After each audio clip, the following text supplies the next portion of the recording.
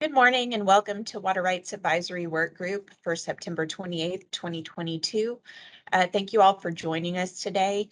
For those of you who may not know me, I'm Kim Nygren. I'm the Deputy Director of the Water Availability Division, where we house our water rights and Quartermaster programs at the TCEQ. We appreciate y'all joining us this morning. We have a fairly quick probably agenda for today, but reserve a lot of time for questions at the end if you all have any. I'm going to pass the rest of the meeting off to my staff now, first with Jason, who will go over our agenda, and I'll return if we've got questions at the end. Thanks again for joining us. Hello, everybody. So for our agenda today, we have an update on our water availability model updates. And then next up is going to be a legal update on any legal issues that we have going on. Next is going to be an update from our water rights permitting and availability section. And then last, we'll have an update from our Quartermaster section. And of course, at the end, we'll have a final question answer session where if you've got any questions, you can ask any of us about any of the updates that we have here. We'll also take any immediate questions that we have after any of these presentations. If you would, please use the raise your hand function in Teams or use the chat to ask those questions. That way we can do those in an orderly fashion. We're not all trying to talk over each other in this format. And then I'll also remind everybody to please keep your cameras and your microphones off during the updates. That way we don't have distractions while we're trying to do updates. So first up, let's do our water availability model updates with Kathy. Hey, good morning, everyone. I'm Dr. Kathy Alexander with, I'm Policy and Technical Analyst with the Water Availability Division. First off on our updates, our staff attended a reinvigoration of the WRAP users group yesterday, and it was a lot of really good information and presentations. And along those lines, we are working with Dr. Werbs on any kind of updates or refinements to the WRAP program in this next fiscal year. So if there's anyone out there who has questions, concerns, suggestions for the work during this year, please reach out to me directly and let me know. I think the last update I have is and this is a really exciting one. So on our water rights viewer, we now have the Rio Grande points added to the viewer. So you can find the location of the Rio Grande water rights, and you'll also have access to the underlying permits. And just one thing to note, some of these were extremely large files. So there may be some of the historical orders that are missing from the files. And in those cases, there is a notation in the PDF file with contact information where you can go to get the complete set of the file. And Jason, thank you. That's all I have. All right, thank you, Kathy. Does anyone have any questions for her? So with that, we'll move on to our next update, which is going to be a legal update with Aubrey. Good morning, I'm Aubrey Puelka from the agency's Environmental Law Division, and this is the update I have for you. Regarding the case pending in Travis County District Court, National Wildlife Federation versus Texas Commission on Environmental Quality, no additional information since the July update. As noted then, the administrative record was filed with the court on June 23rd. The case has not been set for a hearing. And that is our update from legal. Jason, back to you. All right, thank you, Aubrey. Any questions on the legal update? Next, we have our water rights permitting and availability section update from Brooke.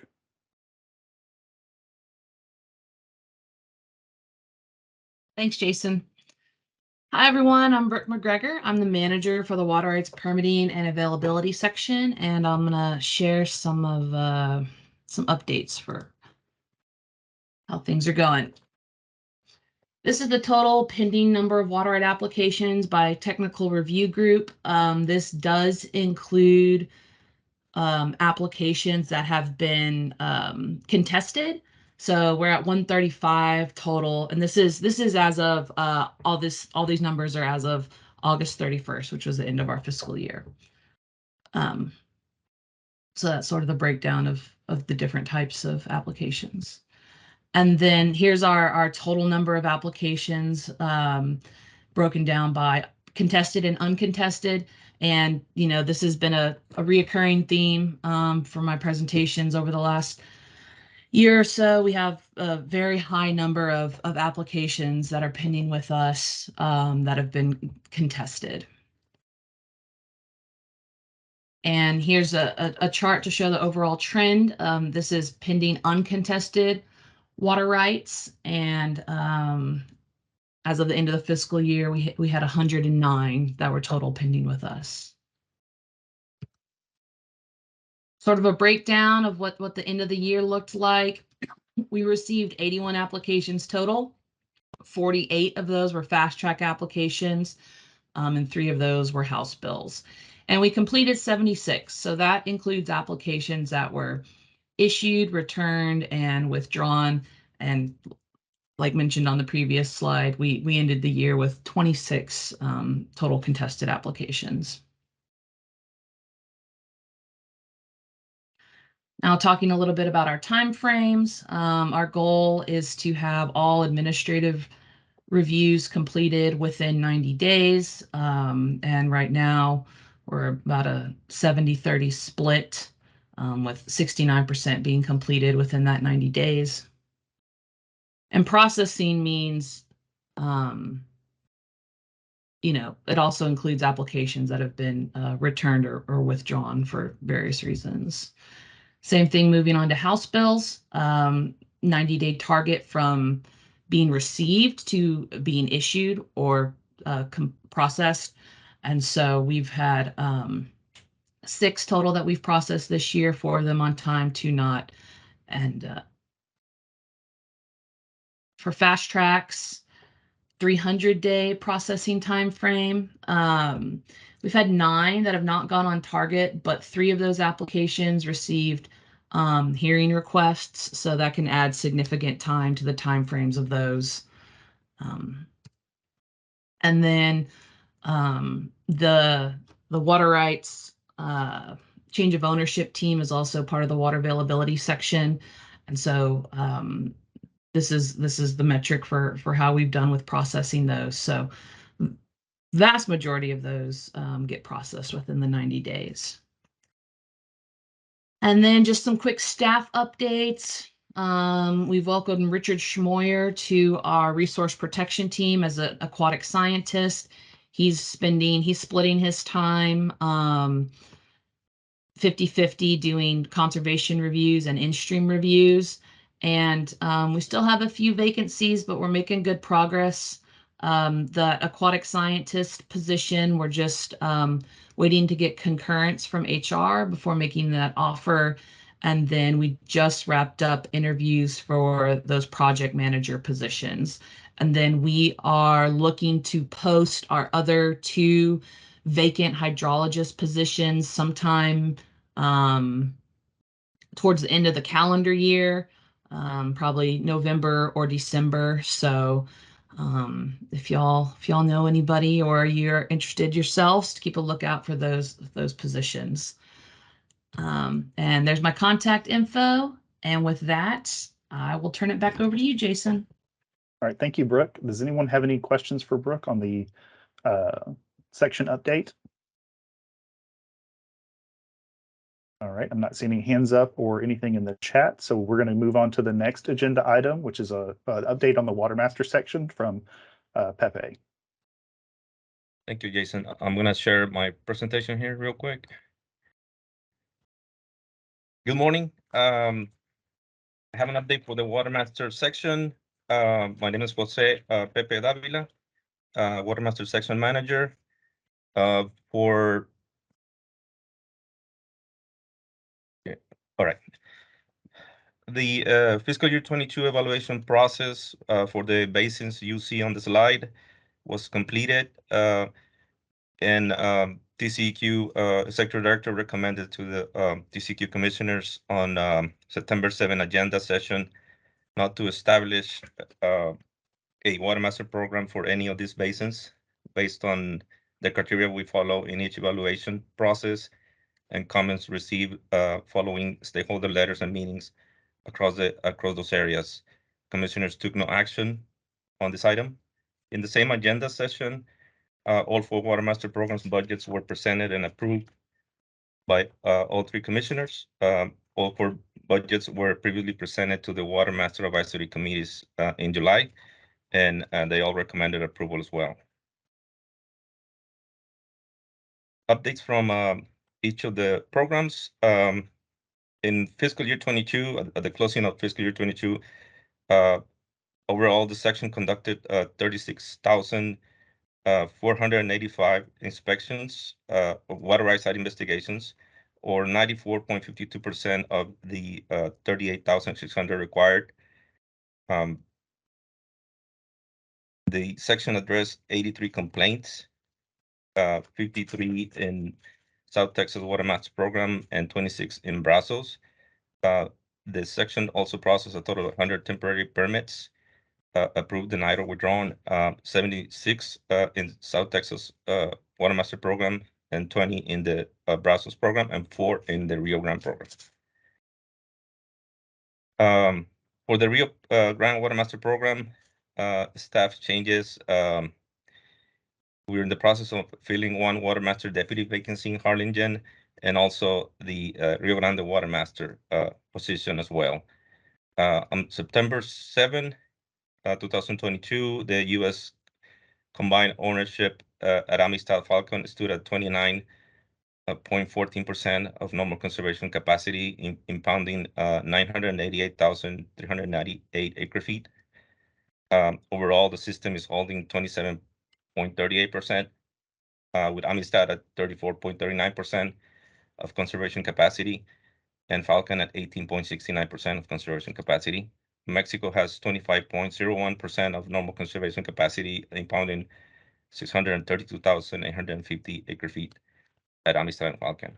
For the first time in the program history, negative allocations were applied to Class A and B accounts, irrigation, mining, and recreation accounts back in July to restore the Amistad Falcon operational reserve that had been reduced from 75,000 acre feet to 70,000 acre feet below zero. Rules, Rio Grande Watermaster rules state that we restored operational reserve to 48,000 in August. However, in August, due to the much beneficial late August rains and influencing into the system, we were able to return all the negative allocation amounts that we debited from the users. Multiple reservoirs in the Mexican Rio Concho watershed filled up in late August and early September and began spilling and continued to do so. As of September 17, Mexico has delivered to the U.S. 216,192 acre feet since the start of the cycle, and carries a cycle deficit of 447,370 acre feet up to that day, based on preliminary data prepared by TCEQ. Our TCEQ delegation continues to meet with the Mexican government officials and members of the IWC as part of a ongoing technical and policy work groups tasked with developing a water availability binational model and Mexican water delivery scenarios aimed to minimize the impact of transboundary drought conditions and possible short and long-term solutions to the Mexican water deficits. For the South Texas and Concho Watermaster staff updates, we have just filled our deputy position in the Concho River program in late August. Laura Paget joined our program in San Angelo, and we're the process of filling the assistant South Texas Watermaster position out of San Antonio. For their operations, they continue to address surface water complaints and conduct routine inspections. At the same time, curtailments, pumping schedule based on priority have been eased somewhat in some areas for both programs due to the August rains. For the Brazos program, staff update, we're in the process of filling 2 Quartermaster deputy vacancies in the Waco area. For their operations, they also implemented curtailments in areas impacted by the drought and continue to maintain close coordination with BRA over releases and water needs downstream. BRA's reservoir system was at 76.2% on September 28th.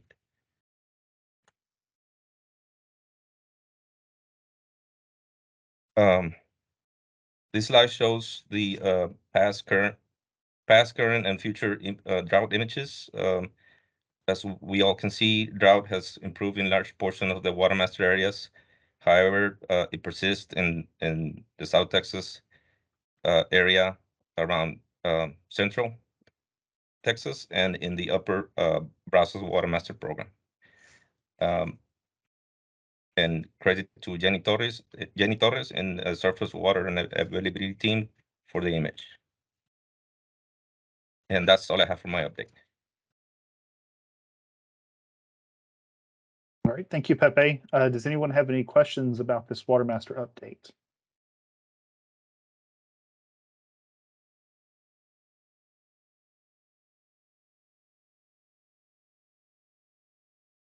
All right, I'm not seeing anything in the chat or any hands up, so we'll I'll hand it back over to Kim to finish up, and then we'll open up for a final question and answer session. If you have any questions about these updates or about the water rights program in general. Thanks, Jason. I just want to add a little bit to Brooke's presentation. She talked about progress in meeting a 90-day goal for our admin complete on applications and also for our House Bill 1964 applications. And so we're tracking that progress pretty closely so that we can look and see what causes us to miss the mark. And how we can eliminate those obstacles. One of the things that the program did starting in January of this year was to require pre-application meetings. So we've been having those since then. We still are seeing some that miss the mark, and we're looking at what it is that's causing that so we can kind of fix that inefficiency in the process. Adding a little bit to Pepe's presentation, Pepe showed the current drought map, which is much improved, thankfully. But what we are hearing in forecasts, and you could see in his graphic as well, is that we are anticipating those drought conditions to persist and perhaps even intensify. We're really happy for the rains that we got in August and September, but forecasts are that they're not projected to be a long-term pattern. We're going to go into more of a dry pattern. So we're reminding everybody to remember that and plan accordingly. I know that we have a question, so let me toggle over and see what that is.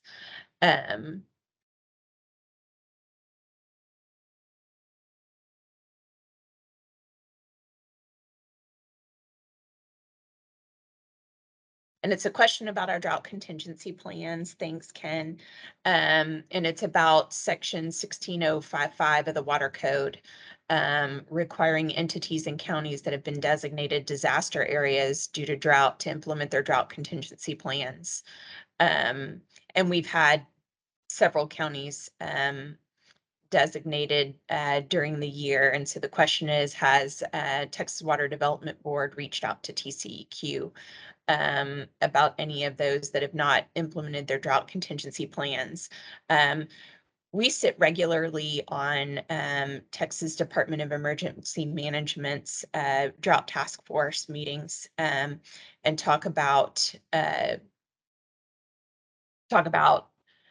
what kind of impacts we're seeing across the state. So we're certainly hearing some reporting there, but I'll need to check because I know that my group hasn't been informed on drought contingency plans, but honestly, I haven't reached out to our water supply group and other areas in the agency that might have gotten that. So I'm happy to take a look at that and circle back with you. Our second question is, are we doing priority enforcement in the Brazos River Basin? And the answer to that is yes, we are. And we're doing priority enforcement across Texas in our Water Master programs, with the exception, of course, in Rio Grande, where things are managed differently. Any additional questions?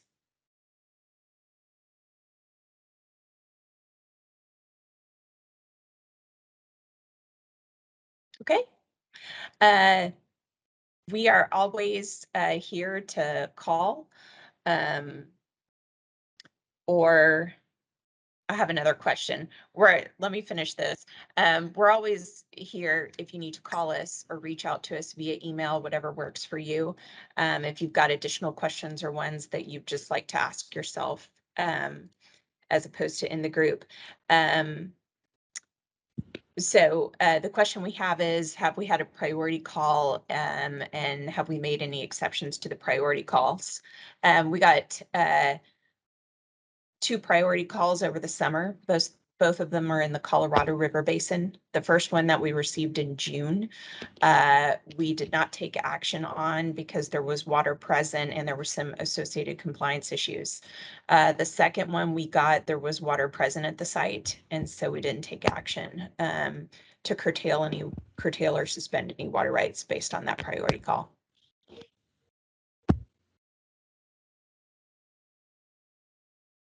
And I'll make a last call for questions if y'all have any. And if not, we will wrap up today.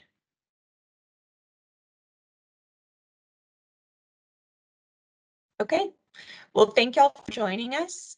And again, if y'all have got any questions, any of the presenters today can take questions. You can call us, you can email us. Thanks a lot.